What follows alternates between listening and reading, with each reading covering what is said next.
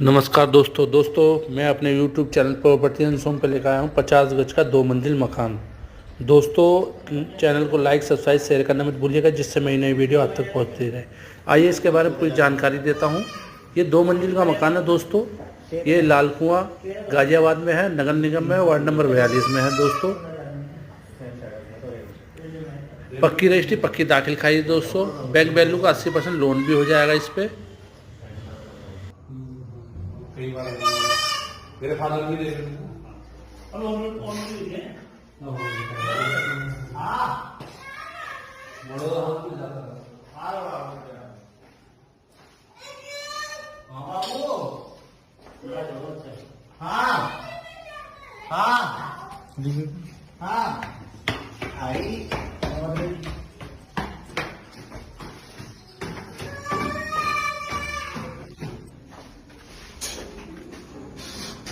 Ha ha ha ha.